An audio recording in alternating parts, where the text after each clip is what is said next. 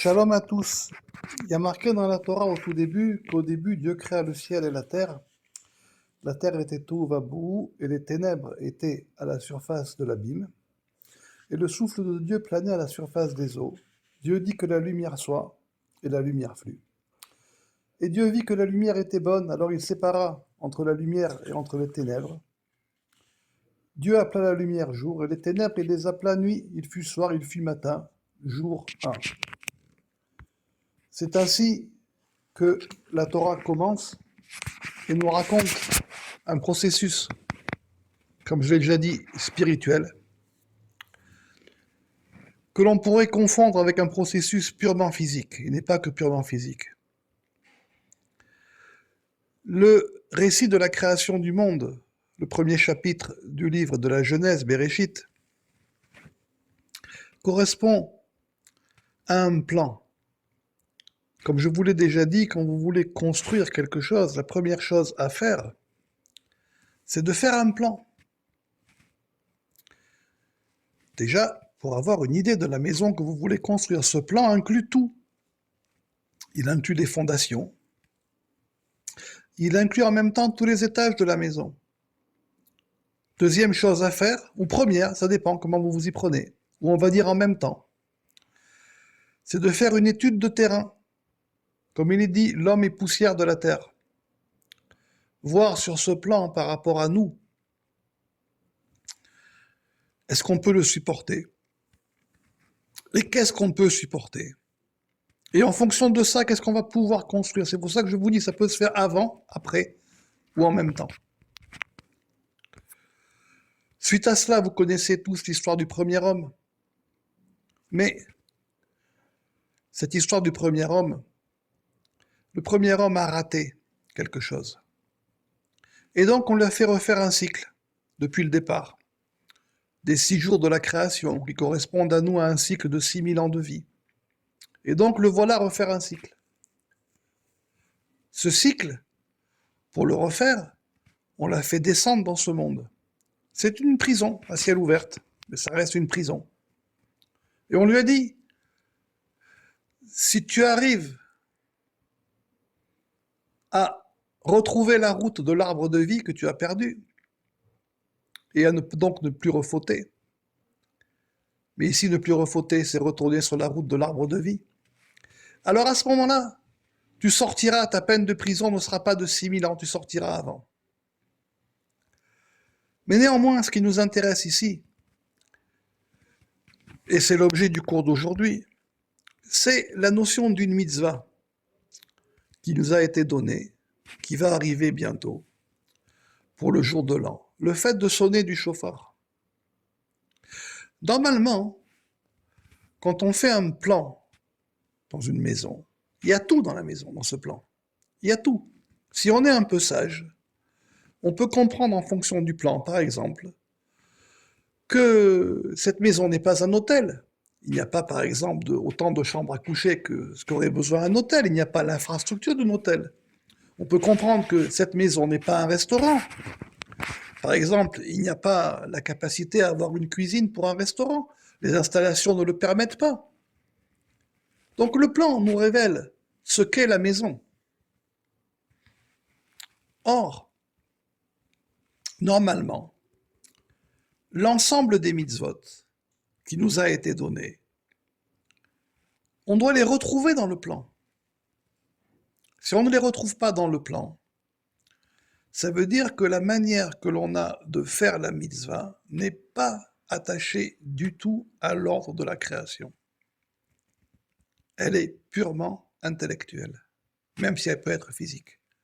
Elle n'existe que par rapport à vous. Il n'y a aucune résonance. Retenez ça. Si vous ne pouvez pas remettre une mitzvah, donc la manière de vivre une chose, dans la maison, ben vous ne la vivez pas dans la maison. La maison ici, c'est la caisse de résonance. Il n'y a pas de résonance possible. Vous pouvez faire tous les efforts que vous voulez, vous pouvez être des millions, des milliards à travers les siècles. Il n'y a rien. Or, ici,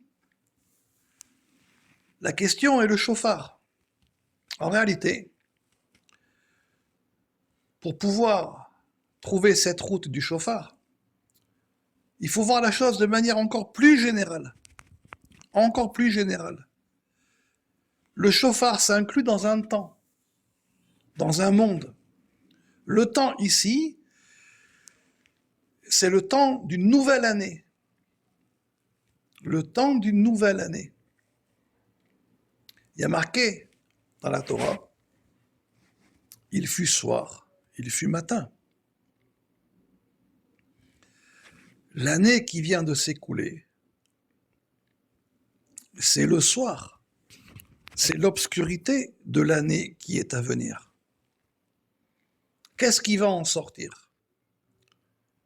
Quand une femme est enceinte et qu'elle va accoucher, c'est un peu la même image. C'est comme si quelque chose sortait de son ventre. Ça sort de l'obscurité et ça va vers la lumière. Cette chose qui sort, c'est un événement douloureux. Donc il y a des cris qui sortent. Et on veut savoir si cette sortie se passe agréablement ou s'il va y avoir des problèmes. Comment l'enfant qui va sortir, à quoi va-t-il ressembler? Quelle est sa génétique réelle? A-t-il un problème? N'en a-t-il pas déjà? Tout cela se fait entendre dans le son du chauffard. C'est cela, entre guillemets, qui est allusionné par les paroles des sages. C'est un jour de rigueur, c'est un jour où, entre guillemets, l'accusateur ou les accusateurs viennent. C'est cette obscurité, ces saletés qu'il y a sur l'enfant qu'il va falloir nettoyer. Est-ce que l'enfant qui va sortir va être sain ou pas sain? Ce ne sont que des allusions. Mais, vous allez me dire, mais dans la Torah, dans le premier jour, on parle d'un jour. Là, j'en ai fait une extrapolation sur une année. Oui, parce qu'en réalité, le premier homme, comme il a fauté, il faut qu'il refasse un cycle. Et comme le cycle commence avec l'année, donc on en remet dans le principe du premier jour. C'est une manière d'expliquer. C'est une manière d'expliquer. Mais en réalité, ce chauffard, à quoi nous sert-il? Il nous sert à être en résonance, à faire entendre extérieurement une voix qui vient d'un autre monde, la voix de la volonté supérieure, qui s'exprime à travers le chauffard pour l'année à venir, qui se fait entendre, qui se fait révéler. C'est une résonance. Sinon, ce ne sont que quelques notes de musique basées sur une règle de temps, de tempo, rien d'autre. Ça s'arrête là, c'est purement technique. Vivre la chose, j'ai envie de dire, c'est autre chose. Pour pouvoir vous donner quelques explications, où est-ce que la Torah nous parle de route? Parce que dans la Torah, il y a marqué la route de l'arbre de vie. Et après, il n'y a plus réellement marqué de route. L'arbre de la connaissance du bien et du mal n'est en rien une route. Mais en réalité, la route, c'est quelque chose que la Torah nous demande de faire 2 fois par jour. C'est le Kriyat Shema, réciter le schéma. Il y a marqué Uvlertecha bader, quand tu iras dans ta route, en te levant et en te couchant. C'est quoi le schéma? Schéma, ça veut dire écoute. Parce que normalement, la route que nous prenons chaque jour se fait entendre dans le schéma, elle devrait se révéler à nous. C'est ce qu'on appelle une résonance individuelle. Shema, Shem Shel Aïn, le nom du Aïn. C'est ce Aïn, ce grand Aïn qui devrait résonner en nous. Vous allez me dire, il y a marqué en te levant et en te couchant, mais en réalité c'est le même. Le soir, le matin, il nous révèle la route que l'on prend. C'est pour ça qu'a marqué Uvlertecha bader, quand tu iras dans ta route, ou dans la route, mais c'est au singulier. Parce que le soir, ce n'est que l'accomplissement de cette route qui se fait entendre dans ce schéma, qu'est-ce qu'on a réussi ou pas à faire. Si on nous a mis dans ce monde, et que chaque jour il y a un programme quotidien pour nous, il est normal que l'on puisse s'y préparer. Il est normal que l'on puisse l'entendre, qu'il puisse se faire entendre à nous. Être aveugle, être sourd, ne pas avoir d'odorat, ne pas avoir de sensibilité n'est pas une chose normale, c'est un handicap. Et c'est ce que j'essaye avec les élèves qui viennent vers nous, de les guider sur cela, de les guider sur cela. Et donc, le schéma, c'est une résonance individuelle, quotidienne. C'est la raison pour laquelle on ne nous demande pas d'avoir des outils extérieurs.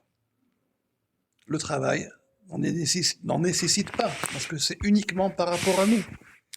Chaque fois que la Torah nous demande d'avoir des outils extérieurs comme un chauffard, comme les 4 espèces à Sukkot, comme une souka, comme des téphilines, etc., c'est pour nous permettre d'associer le monde avec nous sur quelque chose de beaucoup plus grand.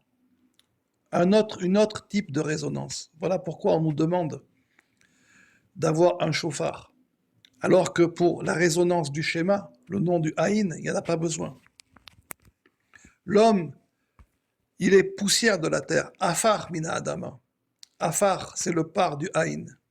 Le schéma, c'est le par du Shin, du Esh, du feu, de la lumière. Et pour cela, il faut que ce feu soit maîtrisé. C'est l'ensemble du travail que l'on fait à Rosh Hashanah avec les kavanot du chauffard.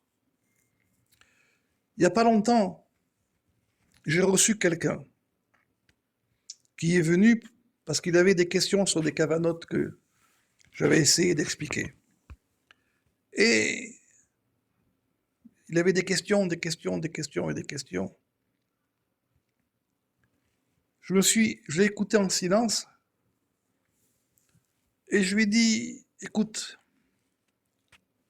on va faire à manger. Il m'a dit, bon, mais il faut me répondre. J'ai dit, t'inquiète pas. Et je lui ai donné, en réalité, je l'ai aidé à réaliser un plat. Un plat simple, hein, pas quelque chose de compliqué. Un plat simple. Entre parenthèses, j'ouvre une petite parenthèse qui est une grande parenthèse du cœur. Je remercie tous ceux et toutes celles qui nous ont permis et aidé de réaliser toutes les installations qu'on a nécessaires, toutes les installations nécessaires justement à pouvoir mettre en pratique cette Torah. Quand je vous demande ou quand je vous envoie des photos que nous avons réalisé un grill, on a réalisé un four à pizza, on a réalisé un four à matzot, on a réalisé un tandoor, on a réalisé un tourne-broche et ainsi de suite, on a acheté telle et telle chose, ce n'est pas uniquement pour pouvoir avoir une vie plus agréable, ou pour pouvoir passer du temps en plein air, ou réaliser de bons plats. Ce n'est pas que cela, ou vivre agréablement au bord de l'eau, ou dans les plaines, ou dans les forêts, ce n'est pas que cela. C'est parce que derrière, il y a une pratique. Et donc, je l'ai aidé à réaliser ce plat, assez simple. Et puis, je lui ai dit, écoute, on va manger. Et j'ai dressé le plat, ça c'est moi qui l'ai fait. Et je lui ai mis.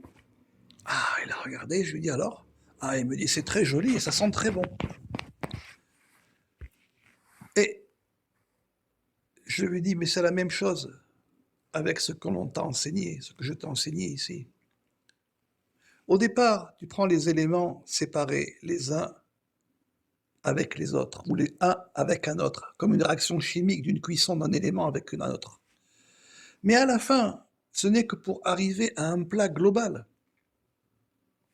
Ce plat global, il a une vision, il a une odeur générale qui s'en dégage, une atmosphère.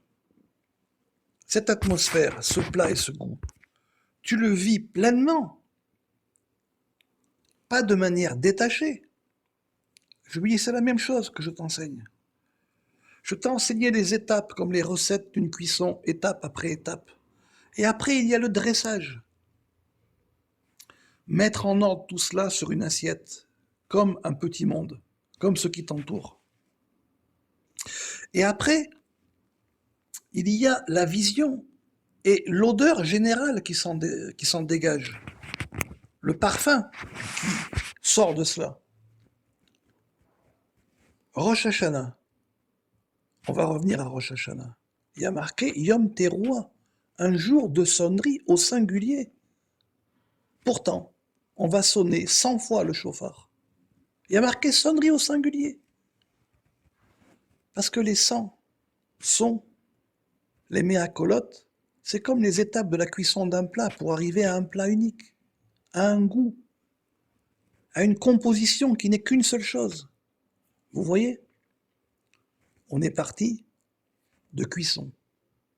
On a parlé, de manière très générale, de technique de cuisson, de composer un plat. Et on est revenu aux cavanotes du chauffard. Une sonnerie, au singulier. Vous voyez, tout est lié. Et si vous n'arrivez pas à le lier, c'est qu'on a quitté la route de l'arbre de vie. On n'est plus dans la vie. On est tombé dans une vision purement intellectuelle qui n'a plus aucune résonance. Plus aucune résonance. Je peux pas. Et c'est pas que je veux pas. C'est que je ne peux pas, oralement, dans un cours, peu importe qu'il dure 20 minutes ou plusieurs jours, vous résumer tout ce que nous avons écrit et enseigné dans cette Torah. Ne serait-ce que sur un aspect. C'est pas possible. C'est pas possible. Je ne peux vous donner qu'un aperçu. Comme un touriste qui fait un tour, mais le tour est nécessaire. Si vous n'avez pas au départ un petit voyage touristique, vous ne pouvez pas décider d'aller vivre quelque part. Donc, pour terminer cet enseignement, dans le schéma, il y a marqué un Aïn dans le mot schéma qui est grand. Dans le mot Echad, il y a un Dalet qui est grand. Il y a marqué dans la Torah, Vaï Erev, Vaï Boker. Il fut soir, il fut matin. Erev et Boker, Erev, c'est le Rov, la majorité du Aïn. Boker, c'est le Rov, la majorité du Kouf. Ce Aïn, c'est le Aïn du schéma. Ce Kouf, quand vous le retournez, vous obtenez un Dalet. C'est le Dalet du Echad du schéma. Et ce Kouf, valeur numérique 100, ce sont les 100 sons, les méacolotes que l'on va faire entendre du chauffard. Un aspect de la lumière qui est présente chaque jour à travers le schéma. Mais pour pouvoir faire entendre quelque chose de plus grand, pour pouvoir le mettre en résonance avec l'ensemble, et pour toute une année, alors on a besoin d'un outil, ce qui n'est pas le cas pour le schéma. Vous avez ici un aperçu, un petit aperçu de comment une chose qui paraît complètement séparée de la création du monde rentre de manière directe dans la création du monde et le mouvement de chaque jour. Et aussi le mouvement que chaque homme a tous les jours. Je terminerai en vous disant, s'il n'y a pas de résonance quotidienne avec le schéma, il n'y en aura pas avec l'ensemble du monde, avec le chauffard. Et si on vous a donné des outils qui permettent une résonance au-delà de ce monde, ça serait quand même bien dommage de les utiliser uniquement par rapport à soi. C'est quoi votre Rosh Hashanah? C'est quoi votre Rosh Hashanah? Aller clémender, ici et là, un rachat de qui que ce soit pour quoi que ce soit? Aller demander sa pitance, sa survie, c'est nécessaire. C'est possible, mais c'est dommage. Je vous le répète, c'est possible, mais c'est dommage. J'ai demandé, depuis très longtemps maintenant, à ceux qui viennent à Rosh Hashanah ici, prier avec nous, de renoncer à leurs demandes personnelles. C'est quelque chose que je leur ai demandé. Si vous venez ici, c'est pour aider et participer comme un orchestre, avec un soliste, à une résonance mondiale au-delà de ce monde, et pas pour vous, pour mettre en ordre toute une année. Pour vous, ça se fera naturellement. Pour vous, je leur demande de mettre leur vie en place chaque jour, et en particulier avant de venir. Une fois que vous venez ici, ça vous oubliez. Ce n'est pas votre priorité. Donc, je remercie tous ces gens qui viennent et qui participent, car ils ont fait un effort au-delà d'eux-mêmes. Au-delà d'eux-mêmes. Ils ont tous des familles. Ils ont laissé leur famille. Ils habitent tous dans un endroit. Ils ont laissé leur endroit. Ils ont laissé leur communauté dans laquelle ils vont quotidiennement pour aller au-delà. Pour aller au-delà. Ça a un coût. Ça a un coût dans notre vie. Et vous savez que le ciel récompense les gens mesure pour mesure. Mais je leur demande ça aussi de ne pas l'utiliser, de le garder pour une autre vie, dans l'autre monde. C'est pour ça que je leur dis, faites quelque chose de plus grand, et ça inclura le plus petit. Ne vous en faites pas pour cela. Mais pour cela, il faut mettre sa vie en ordre. Donc, comme ce cours est probablement le dernier de l'année, j'en profite pour remercier tous ces gens et pour les bénir. Et comme vous le savez, on a pris sur nous de prendre la route de l'écriture, plus que la route de l'oral. Ceux qui me connaissent savent que j'ai horreur de parler et même d'écrire. Pourtant, je fais un effort sur moi pour pouvoir vous envoyer ces cours et pour pouvoir mettre par écrit ce qui n'était au départ que, on va dire, comme un vent, comme un nuage dans ma tête. Mais néanmoins, on fait un effort et on le met par écrit. Cet effort nous coûte. Nous sommes 3 à travailler, plus qu'à plein temps. Et donc, c'est un gros travail, même si ça ne se voit pas. C'est un travail énorme qui est fait pour donner une route dans la mer, pour que d'autres puissent venir et emprunter cette route. Donc je remercie aussi tous ces gens qui travaillent avec moi et avec nous à plein temps, et qui ont fait de cela une priorité au-delà de toute priorité. Ça veut dire qu'ils l'ont mis au-delà d'eux-mêmes. Donc je vous souhaite une bonne réflexion. Il fut soir, il fut matin. Rov shel Aïn et Rov shel Kouf. Une majorité de 70 et une majorité de 100. Ce 70, ce 7, c'est quoi? Puisque quand on retrouve la lettre 70, on obtient la lettre Zaïn 7. C'est quoi? Vous allez me dire, c'est assez simple. C'est les 4 directions, plus le haut et le bas, pour atteindre la centralité. S'il n'y a pas de centralité, il ne peut pas y avoir de route vers le 4, le Dalet, ni vers le Kouf, ni vers les Samsons du chauffard. Tout doit commencer par cette centralité. C'est là que le premier homme a quitté la route et c'est là que nous devons la reprendre. Donc, je vous souhaite une bonne réflexion, en silence, parce que l'année commence par la mitzvah du silence.